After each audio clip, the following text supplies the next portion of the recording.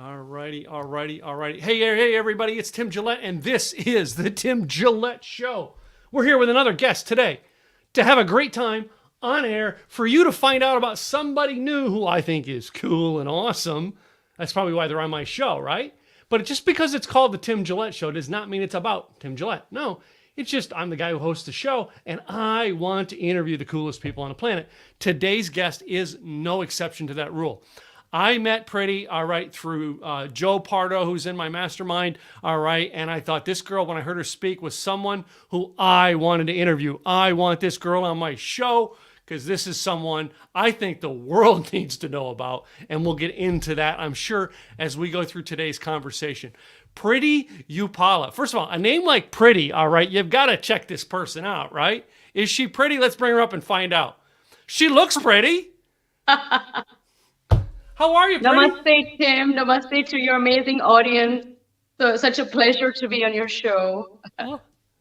It's cool. I mean, I was so excited when you spoke at an event that just your words were inspiring. You know what I mean? When we go to events out there is so much, shall we say, everybody just trying to play the same speech over and over again with their name on it. You weren't. You were different. All right. And first of all, I looked at your topic and went, yeah, but then I heard you talk. And I'm like, okay, I want to talk to this girl. So, Preity, tell us about you and why are you out there doing what you're doing right now? Oh, wow. Well, firstly, thank you so much, Tim, for having me on your wonderful show. Always a pleasure to have conversations with amazing people like yourself. Thank you. I am a former investment banker turned media personality, thought leader, and a Hollywood entrepreneur. I'm a world citizen, born in the Middle East, lived in Australia, lived in Europe, and then moved to New York and now LA. I had a career change. I gave up the corporate world to pursue truly a career in the art. Mm-hmm. And then that took me to, the area of spirituality and philosophy. And of course, now I'm deeply immersed in politics and media as well. And of course, Hollywood, which is where I live. I live in Los Angeles, California, which is gorgeous. Mm-hmm. And I do many things here. I speak around the world. I have my own show called the Preity Experience. I have a podcast as well as sort of a new show. I write for various publications all around the world on various topics, and I'm a Dharma ambassador, which means I also am certified and, given the responsibility to write and speak specifically on spirituality and Indian philosophy and Dharma and things like that. And it's truly amazing to live my dream life. I've traveled to 100 countries, so I'm a world citizen, love traveling, it's my passion, and really here to move and shake. And change the world in whatever way I can. But how do you go from corporate world, to artist to political? That's like I'm over here and then I'm going way. Yes, no, that's such a great question. The corporate world, that was actually easy because I knew that it wasn't my dharma in life. It wasn't my purpose. It wasn't fulfilling. I knew that it wasn't why I was here on planet Earth, not to work in some investment bank somewhere. So that was actually a reasonably easy decision, at least in my mind, to realize that was not all that. And of course, you have to be very brave and bold and take that plunge and give everything up and move to the other side of the world. That takes enormous courage. But luckily, I had that, and also it was a bit of an adventure for me. So it was very organic. It happened. Now, once I landed here, that's a different story. I think getting into in politics, media, and even the spirituality, those things were more, as I grew as a human being, as I progressed on my own spiritual path, I think doors opened and I realized what my gifts truly are and where I can make an impact in the world. And it all sort of became very clear to me. I think the political side certainly found me. I wasn't looking for it. And in some ways, even the spiritual stuff talking about it on a global stage, that aspect of it also found me. These opportunities came to me, and I realized that nobody else was doing it, and I must say something, I must write something, I must do something, and I did it. And as soon as I did that, the feedback was enormous. How people were affected was enormous. So I knew that I was on the right track. And then, many things unfolded even after that, and they continue to unfold. I think my path is still being refined as we speak, and very, very excited. I think this is going to be a huge year, I know. So, yeah, post-COVID as well. Yeah. We all say it's going to be a huge year. All right, it's like that January, February, March. Yeah, this is going to be a great year. 2020 didn't show up to be that way. Let me talk about your spirituality in 2020. Can we go? Yes. Can we go there? Yes. All right. Did you lose faith at all? I'm curious. Oh no. I will send you and I'll put a link there. Your audience can read my piece. I wrote quite a bit last year, but I wrote a specific piece on spirituality and COVID, and it was well received. Basically, I was talking about, firstly, this is all Maya anyway. It's all an illusion. It's the Matrix, We are in it. It's a movie. You're not the movie. Don't get attached to your role or your line or your action or anything like that. It's all unfolding in front of you, and you have to, obviously you're in it. You have to be in it, but be detached. And I think when you look at the world from that spiritual lens, then you don't take things too seriously. You're not attached to the outcome or the identity, and you can just be yourself and do the right thing. And also, I think the world needed it. It's a bit of a reset. Geopolitically, it's a reset. Nature-wise, environment, it's a reset. Also, people were forced to introspect. There was nothing but their own egos and their shadow self that they had to deal with. So from that perspective, I think it was a great opportunity for people to actually go inward. I don't know how many people did, but the opportunity was there. For me, I had one of the best years ever. I was very busy, nonstop actually. Because my wife and I mean, our businesses, we were both in businesses that we thought were going to die.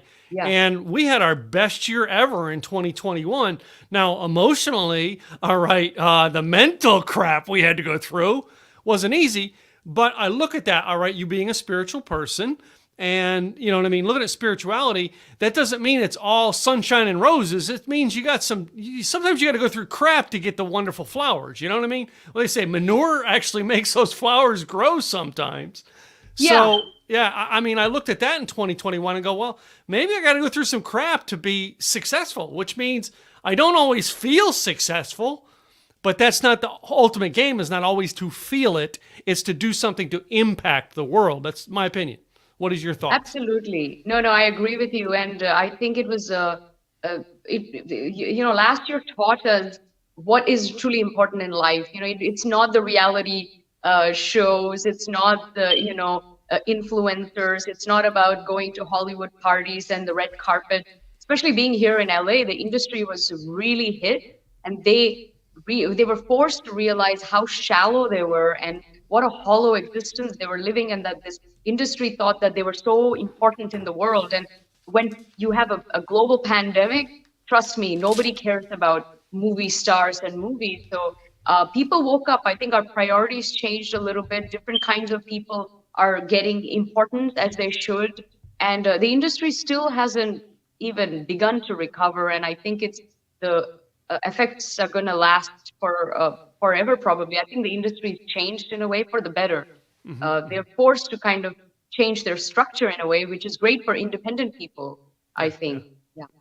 So, I mean, I've got to agree with you. To me, over the years, now I'm connected to some people in Hollywood because of people I have in the speaking world. And one of them is a favorite friend and actor who has an acting school here in Dallas. All right. And yes, I love to watch movies. My wife and I watch movies, TV shows, but my greatest thing for years has always been, all right, to take an afternoon off, drive down to his acting studio and watch these independent actors try to act out scenes. And that was the joy of joys for me. And I think 2020 is actually creating more of that. It's no longer about, I mean, how cool Brad Pitt is. You know what I mean? It's Joe Schmo, all right, running a minor TV show with his iPhone and putting Yes. it up on the internet. I mean, streaming is the way of the future. Yeah. The studio system, those big Hollywood blockbusters, those big budget movies are just not working. I think streaming, there are so many platforms, independent content creators are putting together great content out there. And I think for me this is great because I'm not competing against Beverly Hills Housewives. I'm having a spiritual show, for example, that people are hungry for, and what I'm able to impart is something that they actually want to listen to, and they're gonna tune in. So the white noise has died. Yeah. One of the reasons why I was so popular and in demand last year in terms of speaking workshops, seminars, all of that stuff was because all the noise had died down and all the sort of foo-foo people were not doing anything, and then the real voices of reason and sanity were given an opportunity. So I'm very grateful for that. Well, I mean, in bad times, all right, you know what I mean? Now, I'm Christian in faith, and in bad times, we seek God more. Yes. All right. And I think that's what 2020 was. All right. You're in Yes. spirituality. When we have bad times, what are we going to do? We're going to seek faith. We're going to seek strong people who not necessarily are the idols on the screen. They're the people who we know we can lean on. All right. I would rather find your spirituality and lean on you than to follow the real housewives of whatever city they're in. That's right. In fact, they would do well to find some spirituality for themselves, but I think many of them still live in this sort of kind of delusional matrix that they think is reality, which it's not. Yeah. Yeah. Well, you know what I mean? Let's go back a little bit in time, all right? When you worked in the corporate world, when you were starting out your career, I mean, did you have a planned goal to go into corporate? All right, what you said you're in investment banking, or yeah. Yeah. So when you my got into that, background- did you go like, okay, this is my path. I'm going down to be in the Yeah. stock market, stuff like that? So when I was in school, I thought I want to work in technology, banks, finance, all of that. So I got 2 degrees, one in IT, one in business marketing, and then I was offered a scholarship to study for a PhD, which I declined. And I thought, no, I'm going to start my corporate life. And I started with banks, and then it moved to management consulting firms, and I was traveling the world, making a lot of money. I was very, very young. I started working, I think, when I was 20. So, and several years into it, I mean, when I was studying, I think my dream was either to get my own consulting company, maybe, or academia was another path, because I had done a lot of research. So honestly, when I was in my early 20s, I thought one of those 2 things is going to happen. And I was just a young person traveling the world, doing very well. But then obviously all of that came crumbling down. When I had my spiritual awakening for the first time, I had an experience, and that sort of opened me up, and I realized that there's more to life than this life that I was living at the time. And very quickly things moved from there. Yeah. Now, I mean, did you go through any, like financial schooling, business schooling, or anything like that, or did you just find a career and grow with it? Like, here in America, I mean, I would never get into the banking system at 20 unless I had a college education. I have 2 degrees. I have 2 a degrees. degree in IT and a degree in business marketing. So I was very young when I started university. I was 16 years old. Wow, yeah, that right says a lot that you're a pretty wise person. I skipped 2 years in school, so I was such a baby when I started. But I have 4 years of university education at a fantastic university in Australia, and and that was a viable path, by the way, academia, because I had part of my second degree was very much research based. So, and I love research. I still love research, so. But obviously that wasn't my dharma, it wasn't my purpose, because other things took over. Now, I mean, personally in my life, Preity, in 1998 through 2002, I worked for a company here in Dallas and had a situation to where I was very good at my job. ran the company very well. But I was so frustrated that I was drinking 90% of my paycheck every week. Wow. All right. And I have epilepsy. So, like, I remember the company I ran, my boss lived in Florida and I was in Texas running his company. And I got hauled off in an ambulance with a seizure from work one morning. And I was greeted by him when I got back going, okay, you're going to get your health in check if you're going to run my company. And I was like, dude, I hate working here. And he said, Wow. I know that. Did you ever get to the point where you go, I hate where I'm at, I got to get this? Or was it yes. just... This was towards the end of my, I guess, my corporate stint. I honestly was getting sick a lot. I was not happy. I dreaded waking up in the morning to even go to work. Although I worked with very nice people, I mean, you work hard, play hard in corporate America and corporate Australia, but then the playing hard bit over there was like, obviously you're doing it because there's a void in your life. And that was very much the case. And I remember I had ended a particular contract with the bank, and I was looking for my next gig because I had become an independent contractor at that point because it was just more lucrative. And I was going for an interview, and on the train I met this meditator, and he told me, have you ever meditated?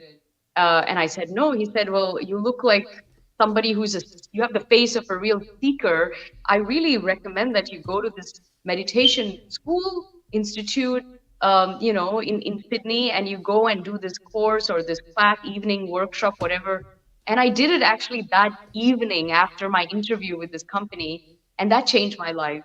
And then after that, like the corporate stuff, it didn't happen for me because it wasn't meant to. And I think the universe really softly guided me to the place where I needed to go and where I would find the answers, which is really within, So it's been interesting, I think, because a lot of actors, models, dancers, even speakers, they get into it because they've always wanted to do it. They studied acting, and in my case, I had a career change. And so I'm coming at all of this from a very different place, but it's good because I can be objective about it. I'm not emotionally attached, and I understand that it's a business as well, which I think some actors don't. So in a way, I'm very, very grateful for my corporate and academic background. Yeah. Now, I mean, I left working for companies and then immediately stayed in the same industry and started a business. Now, I had always been in the automotive industry up until 2004, and I went and tried businesses. I mean, I had several businesses, and every one of them ended in the same frustration that I had with the job. Yes. Have you repeated, like gone, okay, no, let me just try it different. Let me try it in blue instead of green today, and found, oh my God, I'm in the same boats. I hate where I'm at. Absolutely, especially when you're a contractor. Basically, you're doing contracts with banks, consulting companies, and so on. So I did several of those, and I realized that all of them, it would start well, obviously, getting a great gig with a huge paycheck is great. But then very quickly, you're dealing with the same difficult clients. You got a boss that you don't like. You got colleagues you can't stand. You do work that doesn't inspire you. And then I just, when I started sort of getting into my meditations and all of that, I just took a step back and I realized that the only thing that is common between all of these jobs I've done is me. I'm the common denominator, which tells me that I'm the problem here, in the sense that everything else is fine. It's a cog in a wheel. It's moving along, but I'm the one that doesn't fit in here. And who am I? Who is Preity? What does Preity want? What is Preity about? That's when the deep meditations helped to be able to sort of look at it from a very holistic point of view and realize that I'm much more than just this gig that I'm doing. And there's more out there for me. Yeah. When I started my current company that I have doing speaking, I sat down with a gentleman who was a consultant in finance and like marketing and stuff like that. And he said to me, after we had our conversation, he says to me, he says, Tim, I got one question I got to ask before we move forward if you're going to work with me. And I said, what is it? He says, if we fix all of the toys, if we fix all of the plugins, all of the things, and we come down to find out that the problem is you, Are you willing to fix the problem? Uh, I've never been asked that before in my life, but I'm like, yes. And he says, good, because 99% of the time, you are the problem. yes, yes. Well, we Hello? are not being who we are meant to be. That's right. We are, literally not fulfilling our purpose, doing the wrong thing. We're in the wrong place at the wrong time with the wrong people around us. And, and most sad thing is that 90% of people never even know what their real purpose is. They don't. Yeah. They really don't. So, you know what I mean? You brought up several times, all right, and you mentioned meditation. Now, first of all, I'm going to talk to you. This is my day before COVID, all right? Yes. My day was get up, go to Starbucks. I mean, and I never even took a shower. I'd get up, throw a hat on. Back then I had long hair, so I just throw a hat on, go to Starbucks, have a cup of coffee. My phone, which I take everywhere, was face down on the table, and I stood there, and everybody thought I was in a daze. That was my 20 minutes of meditation in the morning to clear the crap out of my life. Mm-hmm. So I want to talk about meditation. What is meditation to you, or what is meditation to your clients now? Oh, that's a great point. It's I must share with you. I received a message from my friend in London today, and he said he was like, by the way, have you ever done transcendental meditation? And I said, of course, it's part of my lineage. And he said, I never knew that Hinduism would play such an important role in my life, and it's such a dynamic, pure peace. That's how he termed it. And then he was about to go into a meditation, so he just wanted to share that. And he had never spoken to me about his spiritual meditative side, or that he did TM or whatnot. And I was just so happy that he had explained it in that way. I mean, transcendental meditation is a specific type of meditation. Yes. And it's great that he talks about the origin and source, because I think so much in today's world, there's so many distortions, and people just, kind of, I mean, it's all great to make up your own guided things, but I think you have to give credit where credit is due. Yeah. And when there's something has a source, you must sort of cite it, or else then you're just being dishonest with yourself. I see a lot of that in the spiritual world, in the yoga community too. They want to name poses, they want to rehash poses, yoga is now suddenly bastardized in a way, and I really am very scared with the direction that it's going. But for me, ultimately, meditation is when you connect with the higher source, universal consciousness. Could be a God for you, or could just be the universal consciousness. It's all one, from my spiritual perspective. And then your inner self, the real you, your Atma, the spirit. And when there's a direct connection, then you are clear, you hear the divine message, you get insights, in your heart, you feel so good, and you get clarity, I think, in your life, and the answers will come. You have to it's a practice. You have to practice it. You have to work at it. Nothing is overnight, but it also a lot is focus is on the breath, because breath is life. Breath is everything. And when you control the breath, that's when your mind clears, and you can think, and you can feel, and you have compassion and empathy. So all of these things are also very physiologically connected. People don't realize it's actually a total mind, body, spirit connection. Yoga. It is. I got to tell you, and I'm not a woo-woo guy, but I got to tell you, it is. Yes. Yeah. And I think a lot of people. So one of the things that I noticed as you're talking, all right, and looking at you, do you watch any TV? You know what? I don't have a TV in my apartment. Okay. I'm on TV all the time, doing news and all sorts of things, but I don't have a TV. I ain't got time for TV. So for years, my wife and I had a TV, but that was it. We hardly ever watched it until we started to travel. I mean, she's in one hotel, I'm in another hotel, and we're gone for 5 days. So we would turn TVs on to break up the night, and she got into this show, which she got me into, called Big Bang Theory. I'm sure you've heard of it. Yeah. All right. Raj's sister in Big Bang Theory. You look like her. Everyone tells me that.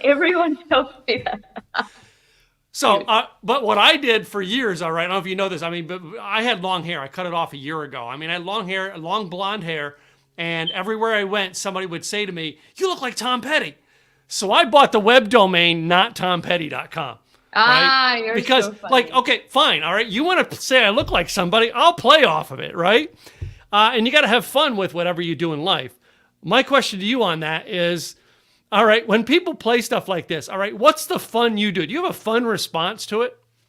Well, I get, for me, it's interesting. Firstly, there is my name. There is a very famous Bollywood actress with the same name and the same spelling. Obviously, her last name is different, but ironically, she lives here in Hollywood, not that far away from me. But so people are, when I say Preity with that spelling, they immediately think about her. But I resemble actually several kind of Bollywood actors Bollywood, and yes, beauty yeah. queens and all of that. So I mean, people always tell me you're like a twin sister, or you're. Are you sure you're this person? Are you? I get it all the time, but I always tell them I'm not. I'm not like. What do you say? It's not like I look like someone. I am the original. Yeah. I'm Preity Upala. There's only one of me. So I've always come up with witty comebacks, all right? When someone would say stuff like that, I said, yeah, they're good looking, aren't they? That's what I would say. Yeah, they're good looking, aren't they? Well, it's true. I mean, I must say this, and I've been doing a podcast recently where everybody is commenting that I look like this stunning actress who is from maybe 15, 20 years ago. She was like a huge star, and I do look like her. She's older now, but I look like the younger version of her, and everyone says you look like her, But I'm like, she's so amazing. What a compliment, So, I mean, the other thing I do, Preity, and I actually did it in Hollywood I was out there one time in Hollywood I want to say it was like Hollywood and Vine Starbucks. And I have this thing where I go into a business and they say to me, like, at Starbucks, they're famous. So what else can I get for you today? And I always have a comeback response. It's like, Nice. I'll take Jennifer Lopez's home phone number. I love it. And like, I did that at the Hollywood and Vine Starbucks, and the lady there didn't know I was joking, and she went, she was in here yesterday. I don't think she'd like it if I gave you that. Wow. With a straight face, right? And I went, I'm from Texas. We have things down there called jokes. Yeah, I know. I was going to say here in Hollywood, what I learned being an Australian coming here, people are. It's been an interesting. Now I'm very comfortable with LA and Angelenos, but honestly, the first few years I was like shocked. Like, are you kidding me? Like the level of people didn't travel, they didn't get out of LA, they didn't know where Australia was. Yeah. They were like, they didn't know where India was on a map.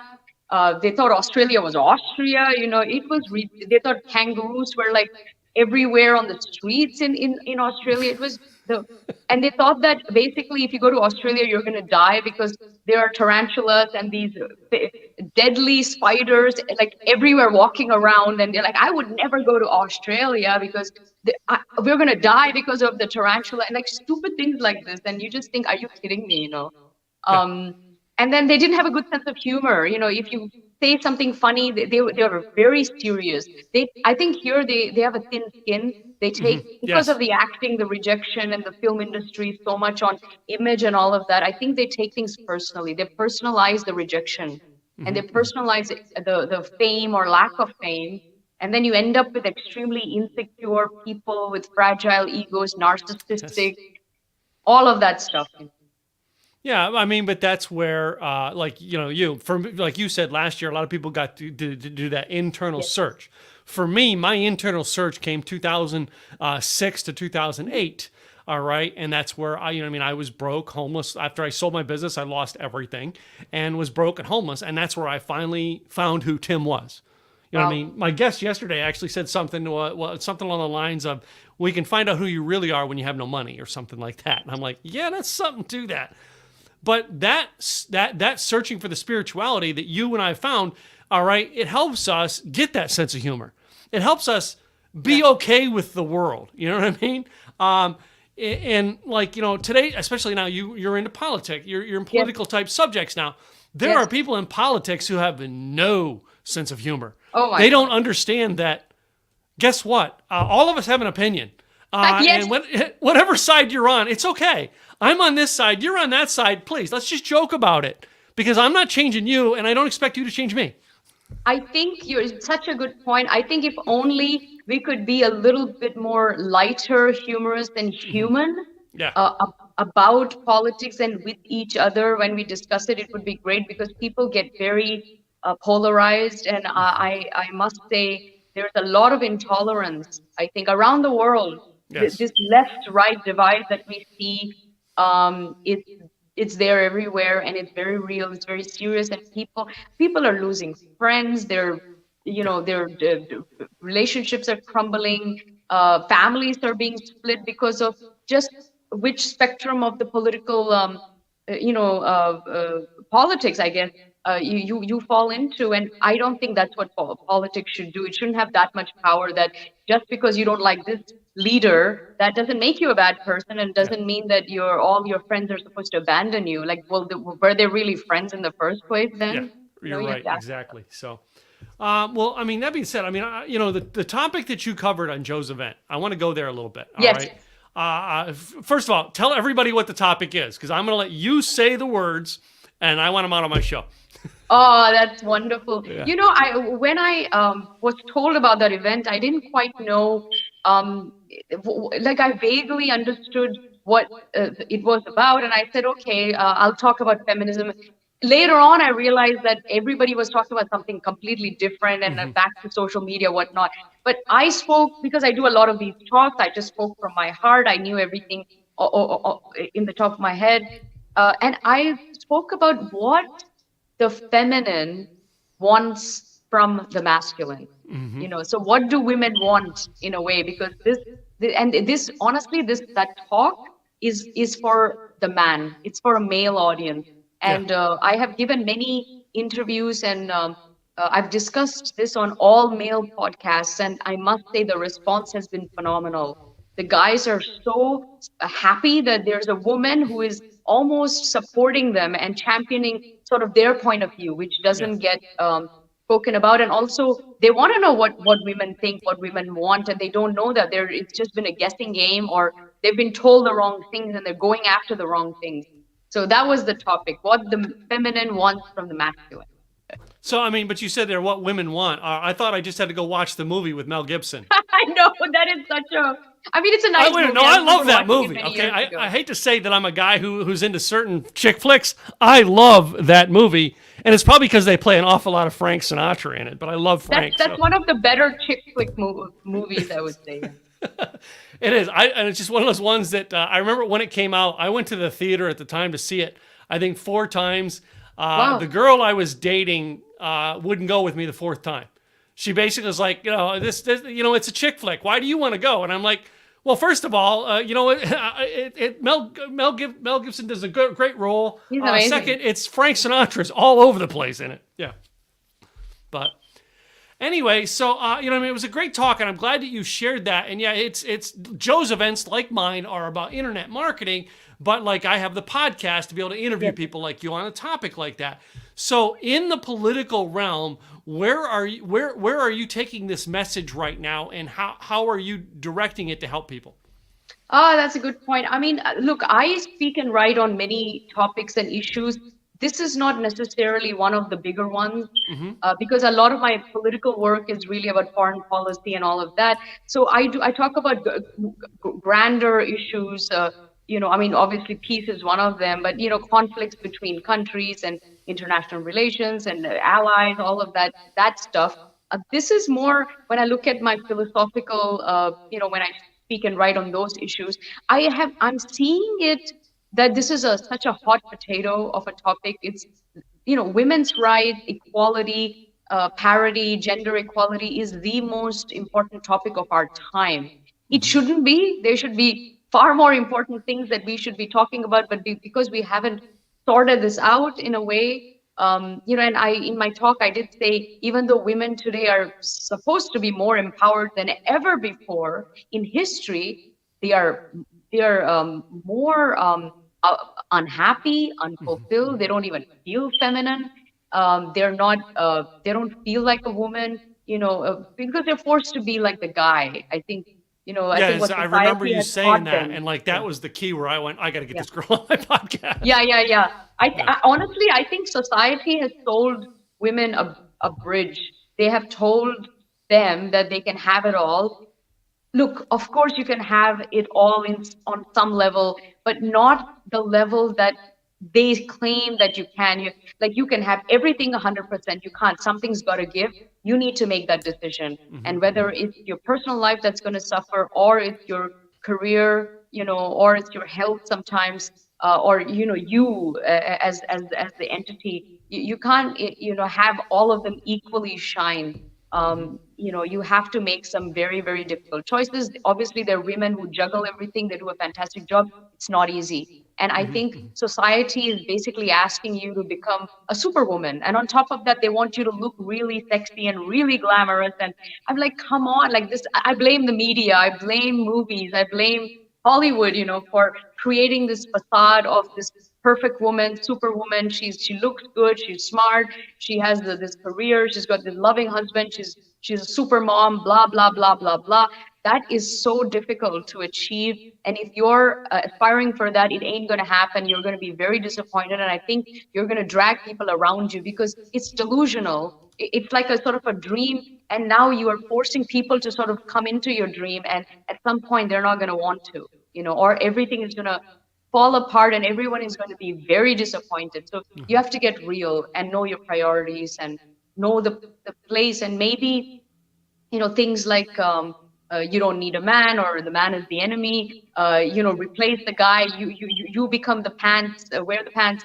That doesn't work. I know when you're 21, it's idealistic, but as you get older and you realize how society is structured, and if those structures are not going to change, it's not going to happen. And then you face this the sad reality that you might have wasted 10 or 15 years of your life trying to chase this, which is never going to sort of manifest in a way, So it's a scary place, I think, for women. They need to sort of really, they need to wake up to, young women need to understand what life really is about. Well, I mean, and you know what I mean? I think many a times, all of us, men and women, are sold a bill of goods that really isn't fulfilled. And that's just the way the media is. It's always marketing and selling us to us that really isn't the way it is, all right? It's just like we were talking about meditation a moment ago. My meditation is sitting there with a dumb look on my face drinking a cup of coffee. That may not be the definition of meditation. It's not. But you know what? That meditation makes me who I am. Sure. You know what I mean? I would never expect you to try that meditation and make it who you are. All right. But I want to hear what your meditation is, because you know what? I may go try it to see if it's improvement, but I'm not going to take if you don't meditate this way, all right, you're dumb. If you don't vote for this party, you're not, you know what I mean? That's the same concept. We're all sold that bill of goods. Yes. All right. And that is what I thought when I talked with you and heard you talk. I'm like, this girl finally gets it. All right. Yes. Nobody's perfect, first of all. Whatever perfect bill of goods they're trying to sell you, trust me, when you get there, you're going to be brokenhearted. You know what I mean? It's just like finding that girl that you love from grade school or high school. You thought this girl was the dream of dreams until you had to spend a night with her. And then you're like, oh my God, what did I get into? Yeah. That's right. We do it all. And by the way, politicians are great at also selling us pipe dreams and, vote for me, the other person is bad and that. And people, because we're sadly in such a divisive world today, we are forced to take sides and we have to go with our guy. And I'm seeing a lot of this where they have to support this party or this politician because, of course, they can't possibly agree with the other side. And we are finding, especially in this country, like very sane people, and they just keep taking a stand on certain policies that are not good. And anyone who's intelligent will know that that's a bad idea. But just because they hate the other party so much, they're not going to budge. Yeah. And this is very dangerous. You have to be open-minded. You need freedom of expression, freedom of speech. You need to be able to make your own decisions. Your politicians should not be telling you, what you should morally do. They are not a moral compass. And I think, sadly, we're seeing a lot of that kind of doubling down on political correctness and them kind of lecturing to us what is right you know. Yeah, yeah. I mean, now, I grew up in a Christian, Protestant, like Baptist kind of environment, and I now have a gay stepson. No, no. I mean, I love my stepson. I Yes, love him to death. All right, he's my boy, and I love him. All right, but growing up, if I stayed in that same realm I grew up with, and then I had this boy, oh my God, I would be ostracized from my church. And I'm yes, like, why? I have transsexual friends. yes, All right, transgender friends. I, yes, I don't care. I don't care. I don't care if you're black, you're white, you're yes, female, you're male, whatever. I love people. You know what I mean? And I think we're missing that in the world. All yes, right, we're human. I'm human, yes, you're human. All yeah. right, and we have to start treating each other like humans again. Absolutely. And I think you would hope that post-COVID, people will realize that this pandemic doesn't discriminate. Yeah. It is affecting Yeah. everybody. It's affecting every country in the world. So why are we being so discriminatory or prejudiced in some ways? Why can't we see each other beyond the skin color and gender and so on? And this is also, you can blame, again, identity politics for this, who want to, I mean, basically political parties hijack this whole movement and they use it for their own vote bank politics, I guess. But it's very dangerous because now they've created a society that looks at you as a group. Yeah. And in their mind, you're either a privileged group or you're an oppressed group. And those are not interchangeable. You can't go from oppressed to privileged or the Yeah. other way around, Yeah. Yeah, and I shouldn't be privileged because I'm a man, and you should, you know what I mean, and you should not be privileged because you're a woman. Yes. You know what I mean? And it's like, our world needs to actually understand. I loved like the campaign slogan that Donald had, but I wish it would have said, "Make the world human again." I love that. I love that. That's awesome. That's what we need. Yeah. That's what I think. Make the world human again. Anyway, so yeah, that's my philosophy. Well, you know what I mean? We have a lot of people, Preity, who tune into this, all right, who, you know what I mean? They're here seeking something, all right? And I wish I could tell you exactly what every person listening is seeking. Yeah.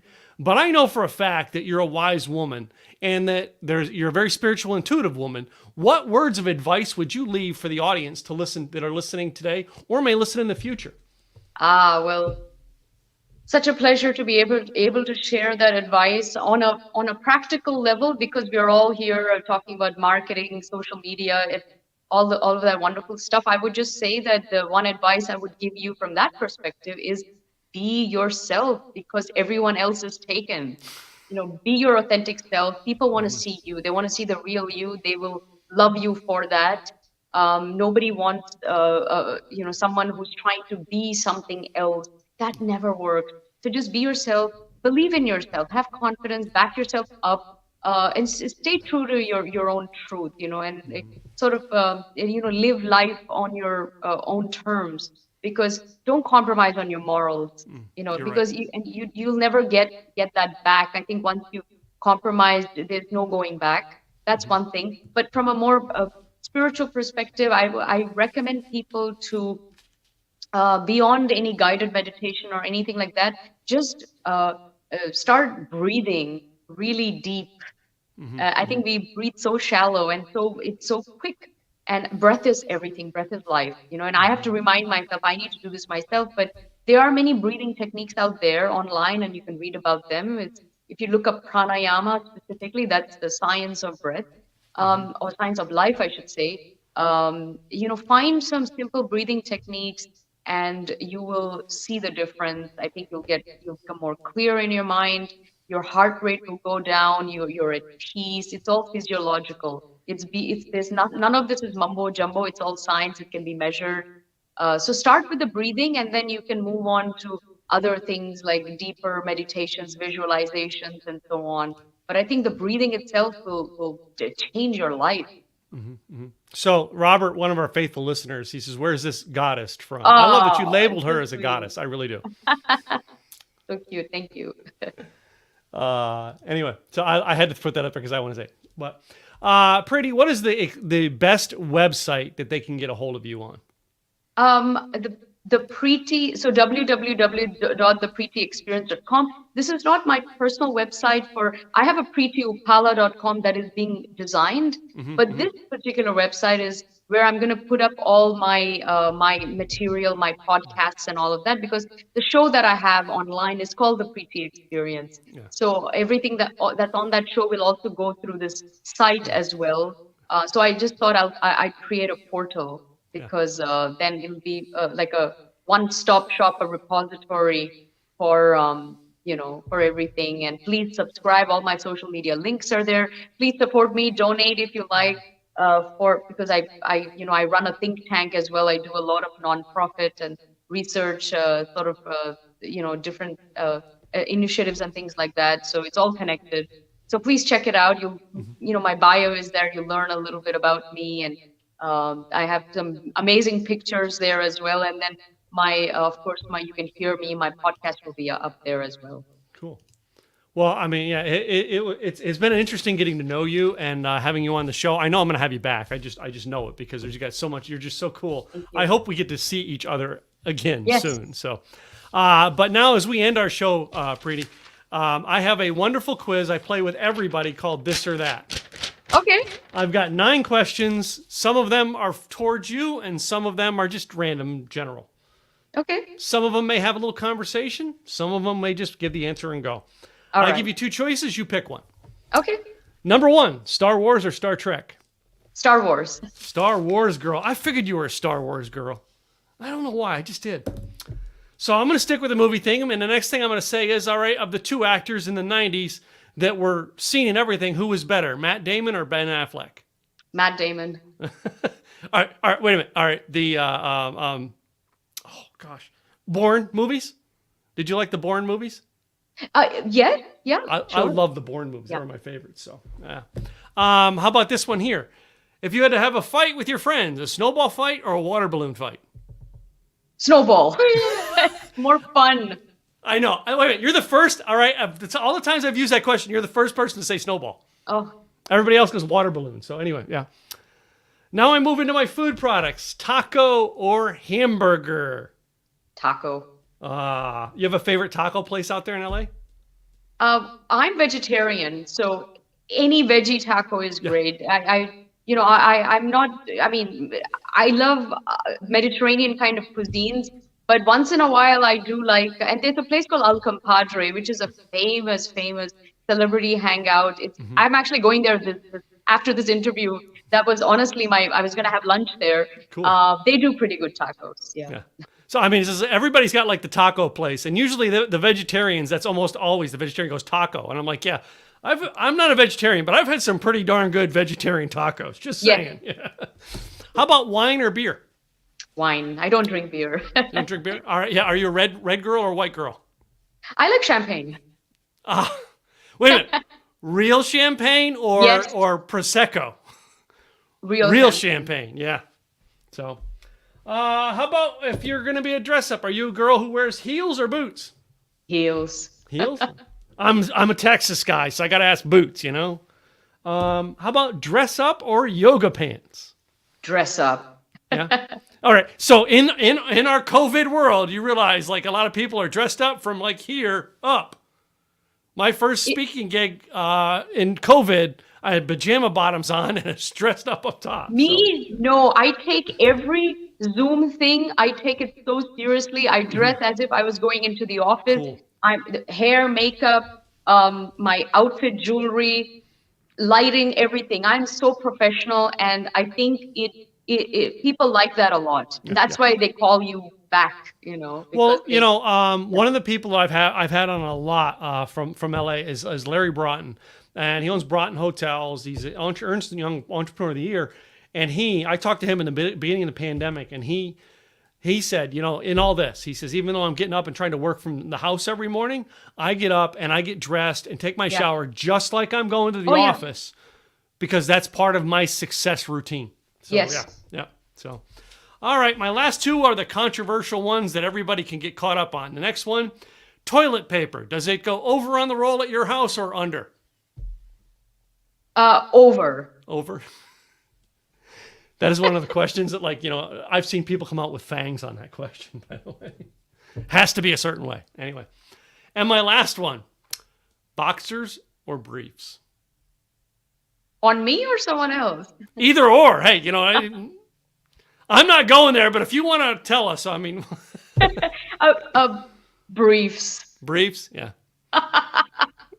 So, I mean, it's designed to be fun, but sometimes it can be. I've had girls tell me the question or tell me the answer to that one with things like, you know what I mean? Well, by the time my man gets there, I want him to have nothing on. And then I had one girl go say to me, I answered that question, and as I was answering it, my husband peeked in the room to hear, so he knew what to go buy. Funny, cute. Preity, one more time, tell them your website so they know you on both the audio and the video version here. Thank you. Yes, please check me out at the www.thepreetyexperience.com. I'm also very active on Twitter, The Preity Effect, Instagram, The Preity Effect, Facebook, Preity Upala, YouTube, the channel is The Preity Experience, and just Google my name and you'll get a lot of, all my work is online, the acting work, the modeling work, my writing, my speaking, spiritual, everything is there. Please reach out to me. I love hearing from people and getting feedback and making new friends and engaging. So please do that. Cool.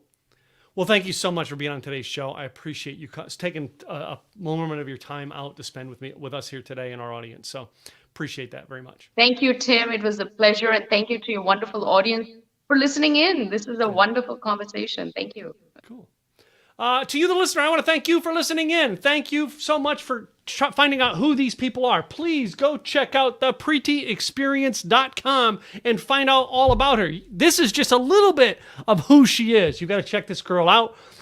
Get to know her very well. And stay tuned. All right, we're going to have another episode coming up real soon, The Tim Gillette Show. Subscribe to our YouTube channel as well as where you get your podcasts. I'll be back real soon with another guest. Thanks, guys. Have a great day.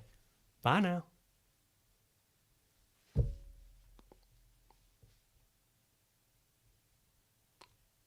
It's taking forever.